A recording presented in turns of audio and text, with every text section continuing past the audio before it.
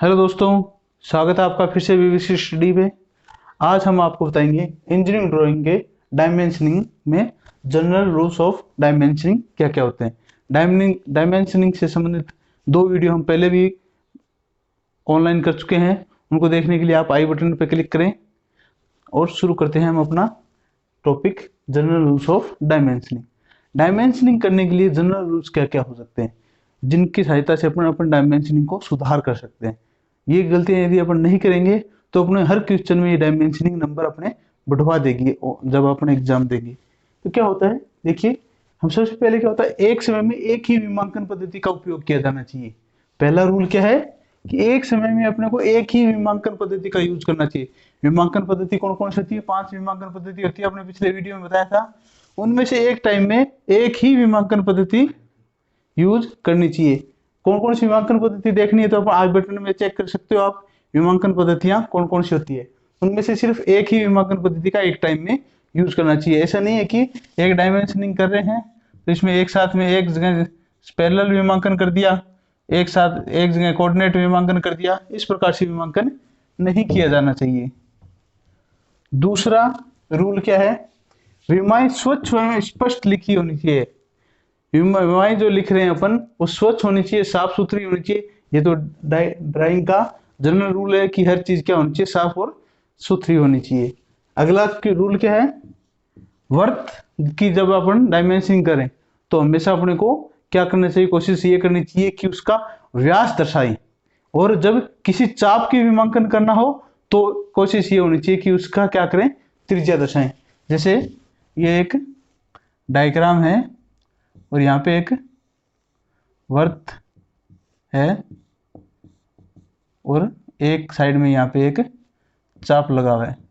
तो जब इसके विमांकन अभी अपन करेंगे तो अपन क्या करें, एक लीडर लाइन की सहायता से अपन लिख दें फाई 10। और जब इस चाप का करें तो यहाँ पे अपने को क्या करना है, लीडर लाइन की सहायता से लिखना है R5 R5 6 7 जो भी हो, इस प्रकार से लिखना है। वर्त का हमेशा ध्यान रखना है, क्या करना है, विमांकन व्यास से करना है। लेकिन जब चाप आ जाए कोई तो उसका विमांकन क्या करना है, जहां तक संभव अपने को त्रिज्या से ही करना है। व्यास के लिए अपने को फाई का यूज करना चाहिए और त्रिज्या के लिए आर का यूज करना चाहिए। अगला रूल क्या है, विमाओं को mm में अंकित करना चाहिए। जहां तक मेंशन नहीं किया हो कि इस यूनिट में अपने को बनाना है तब तक अपने को क्या करना चाहिए, mm में ही अंकित करना चाहिए और कम से कम अंकों में प्रदर्शित करना चाहिए। कम से कम अंकों का क्या मतलब है, जैसे ये एक विमा है जिसमें अपन ऊपर की साइड में लिख रहे हैं 20 mm, तो 20.00 लिखना सही नहीं है। सिर्फ कितना लिखना है, 20 या 20 पॉइंट, यदि ये 20.20 हो तो अपने को क्या लिखना है, 20.2। क्योंकि यदि जीरो अपन आगे लगाए या ना लगाए ये कोई फर्क नहीं डालता है। तो अपने को कम से कम अंकों में लिखना चाहिए, नहीं कितना लिखना चाहिए, 20.2। और mm है तो वो mm अपने को लिखने की जरूरत नहीं है, mm लिखने की जरूरत नहीं है। जब तक कुछ नहीं लिखा हो तब तक ड्राइंग में यही समझा जाता है कि ये डायमेंशन जो है वो किस में है, mm में की हुई है। यदि mm के अलावा कोई अन्य यूनिट में की हुई है तो अपने को ड्राइंग के नीचे, सबसे नीचे अपनी शीट के नीचे लिख देना चाहिए ऑल डायमेंशंस आर इन, जैसे सेंटीमीटर में है तो अपन क्या लिख देंगे, ड्राइंग शीट के नीचे कॉर्नर में जहां अपन टाइटल बॉक्स बनाते हैं वहां लिख देंगे ऑल डायमेंशंस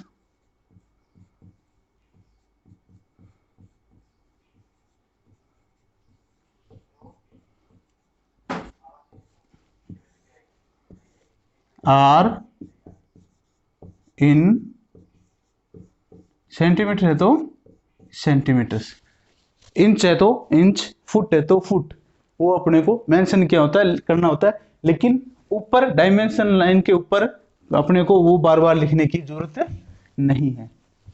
अगला रूल है अपना 5 नंबर, क्या क्या होना चाहिए, विमाओं को विमा रेखा के मध्य अंकित करना चाहिए। विमाओं को क्या करना चाहिए, विमा रेखा के मध्य अंकित करना चाहिए। जैसे ये एक विमा है, मान लिया ये 30 है तो इसको इसके बिल्कुल बीच में अंकित करना चाहिए। यदि उचित स्थान उपलब्ध न हो, जैसे कोई पतली झिरी हो जिसके अपने को विमांकन करना हो, ऐसी स्थिति में क्या करना चाहिए, तो विमा रेखा के दोनों ओर तीर के निशान लगा के, विमा रेखा के दोनों ओर तीर के निशान लगा के, जैसे इसका विमांकन करना है तो दोनों ओर तीर के निशान लगा के दाहिनी ओर विमांकन करना चाहिए। यहाँ पे अपन लिख देंगे 5 4 3, जितनी भी ये मान लीजिए 5 है, दाहिनी ओर लिखना चाहिए। यदि मैं इसको यहाँ 5 को इस तरफ लिख देता हूं तो ये क्या हो जाएगा, गलत हो जाएगा, अपने को दाहिनी ओर लिखना चाहिए। इसी प्रकार यदि ये विमा खड़ी होती, इस तरफ लिखना होता मेरे को तीर का निशान लगा के, तो मेरे को दाहिनी ओर कहाँ होगा, अब ऊपर हो जाएगा, इस तरफ लिखना चाहिए 10। विमाओं को प्रदर्शन हमेशा क्या करना चाहिए, विमा रेखा के बिल्कुल मध्य में, और मध्य में यदि संभव नहीं हो, जैसे छोटी छोटी जगहों का विमांकन करना हो, तो अपने को क्या करना चाहिए, उसको बिल्कुल दाहिनी तरफ लिखना चाहिए, दोनों तरफ तीर का निशान लगा के। ये है अपनी विमा रेखा के ऊपर विमा लिखने का तरीका। नेक्स्ट है विमाओं को ड्राइंग के बाहर प्रदर्शित करना चाहिए। जैसे अपने ये एक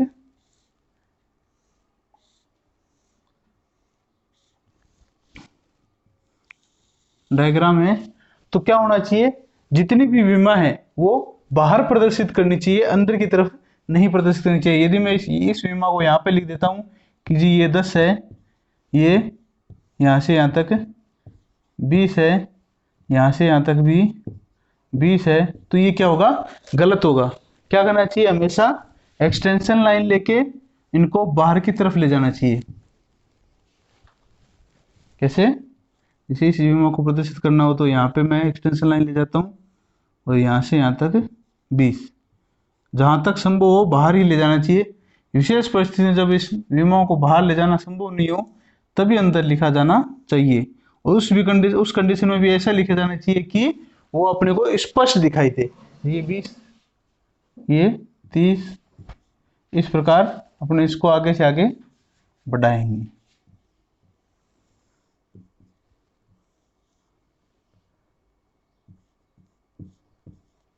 अगला रूल है कि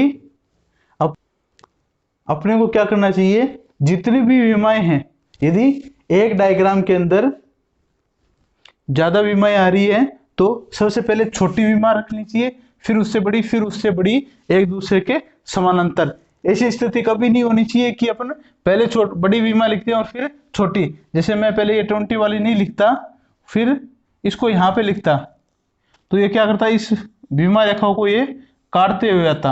ये काटते हुए आने का तरीका बिल्कुल गलत है। कभी भी एक एक्सटेंशन लाइन एक बीमा रेखा को काटनी नहीं चाहिए। ये था अपना अगला रूल। इससे अगला रूल अपन देखते हैं क्या है। नेक्स्ट रूल है अपना कि एक और प्रदर्शित की गई बीमाएं दूसरी ओर पुनः प्रदर्शित नहीं की जानी चाहिए।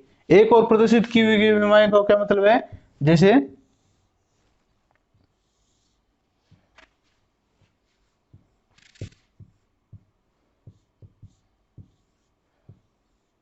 ये एक सेंटर लाइन है, मैं इसका प्रदर्शन कर दूं यहाँ पे 40, यहाँ पे इसका दे दिया सेंटर 15 है। तो जब मैंने इनको एक तरफ लिख दिया है तो दूसरी तरफ रिपीट करने की जरूरत नहीं है। यहाँ पे यदि मैं 15 दोबारा दिखाता हूँ तो भी ये गलत है, और यहाँ पे ऊपर जब नीचे मैं 40 दिखा चुका हूँ तो ऊपर दोबारा 40 दिखाने की कोई जरूरत नहीं है, ये तरीका भी गलत होगा। इसी प्रकार यदि एक व्यू में आ गए, अब यदि इसी चीज का मैं यदि टॉप व्यू बनाऊंगा या साइड व्यू बनाऊंगा, तो एक्सटेंशन लाइन से यदि ये चीज जा रही है तो इसकी दोबारा से अपने को क्या करनी है, डायमेंशन करने की जरूरत नहीं होती है। ये रूल है। दूसरा अगला रूल क्या है, अगला रूल है कि केंद्र रेखा के विमांकन से बचना चाहिए। जब भी कोई डायग्राम सिमेट्रिकल हो तो उस स्थिति में अपने को केंद्र रेखा का विमांकन नहीं करना चाहिए। केंद्र रेखा का विमांकन अपने को कब करना चाहिए, सिर्फ उसी स्थिति में करना चाहिए जब केंद्र रेखा क्या हो, या तो किसी बेलनाकार भाग की केंद्र रेखा हो या किसी छिद्र की केंद्र रेखा हो। जैसे अपने पास एक डायग्राम है, ये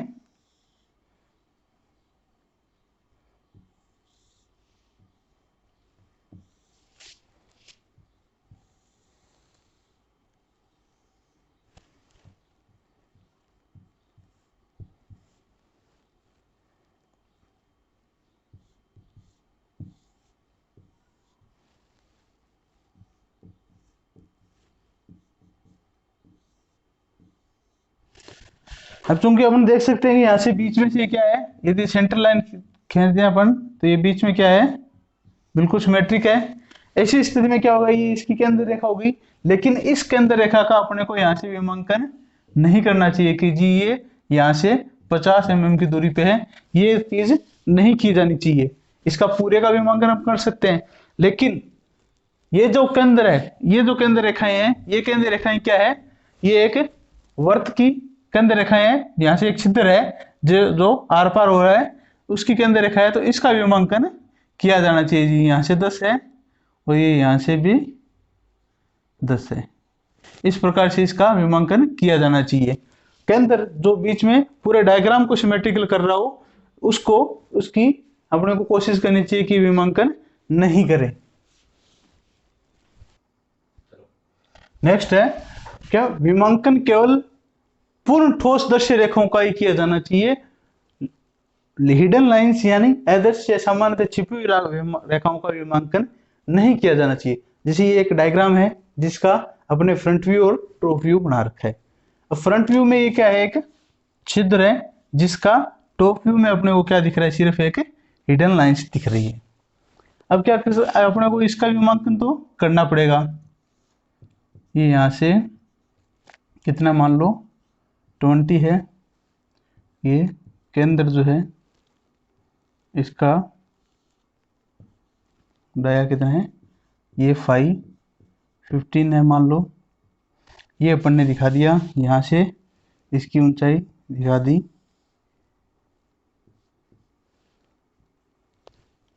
है। ये इस प्रकार इनका विमांकन तो अपने को करना चाहिए। जैसे ऊपर कई ये ठोस लाइन है तो इसका भी विमांकन किया जाना चाहिए, मान लो ये 80 है। लेकिन जैसे हम नीचे का विमांकन करें तो इसकी चौड़ाई तो अपन दिखाएंगे, ये कितनी है, मान लो 10 है। ये ऊपर आ चुकी है तो इसको दोबारा लिखने की जरूरत नहीं है, पहले हमने बता दिया। ये इस तरफ लिख दिया तो इस तरफ लिखने की जरूरत नहीं है।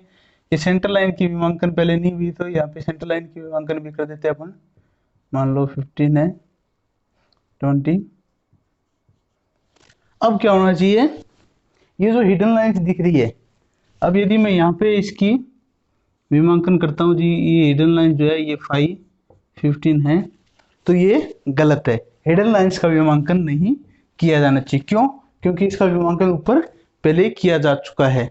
अगला है, जब किसी दृश्य में सबसे बड़ी रेखा का विमांकन किया जा चुका हो तो कुछ मापों का विमांकन छोड़ा जा सकता है। जैसे ये नीचे डायग्राम दिया हुआ है, इसका यहाँ से यहाँ तक टोटल नाप है 95, यहाँ से यहाँ तक 15, यहाँ से यहाँ तक 5, यहाँ से यहाँ तक 25 और यहाँ से यहाँ तक 20। ये बीच वाला नाप क्या है, आपने छोड़ दिया। इस यहाँ से यहाँ तक का नाप अपने नहीं दिखा दिया। क्यों नहीं दिखाया? क्योंकि जब 95 से ये और ये निकालेंगे तो ये बचा हुआ नाप आ जाएगा, तो इसको बार बार दिखाने की जरूरत नहीं है। अगर मैं इसको यहाँ पे लिखता हूँ कि जी ये इतना है तो ये क्या होगा, गलत होगा। अगला क्या तरीका पॉइंट है अपना कि क्या होना चाहिए, विमा रेखा व मुख्य ड्राइंग के मध्य कम से कम 8 mm की दूरी होनी चाहिए, और दो विमा रेखा जो है उनके बीच में कम से कम 6 से 8 mm की दूरी अपने को रखनी चाहिए। जैसे ये अपना एक मेन डायग्राम है जिसमें यहाँ से ये मेन ड्राइंग की लाइन है, ड्राइंग की लास्ट लाइन, और ये विमा रेखा है, तो इनके बीच का जो गैप है ये कम से कम 8 mm होना चाहिए। इसी प्रकार ये गैप भी 8 mm कम से कम होना चाहिए। चारों तरफ 8 mm का गैप कम से कम होना चाहिए। और एक ड्राइंग में एक विमा रेखा से दूसरी विमा रेखा के बीच भी कम से कम ये गैप जो है 6 से 8 mm होना चाहिए। और हर ड्राइंग लाइन के बीच का गैप एक बराबर होना चाहिए। जैसे यहाँ पे 8 mm से शुरू करें, दूसरी यदि अपन 6 mm पे बना रहे हैं तो तीसरी भी कोशिश ये करनी चाहिए कि यहाँ से यहाँ तक की ड्राइंग यदि मैं दिखाऊं तो ये इन दोनों के बीच का गैप कितना होना चाहिए, 6 mm होना चाहिए। तो ये थे अपने ड्राइंग के कुछ जनरल रूल्स। डायमेंशनिंग के जनरल रूल्स आपने सीख लिए। यदि आपको वीडियो पसंद आया तो शेयर करें। यदि आपने अभी तक हमारे चैनल को सब्सक्राइब नहीं किया तो सब्सक्राइब कर लें। धन्यवाद।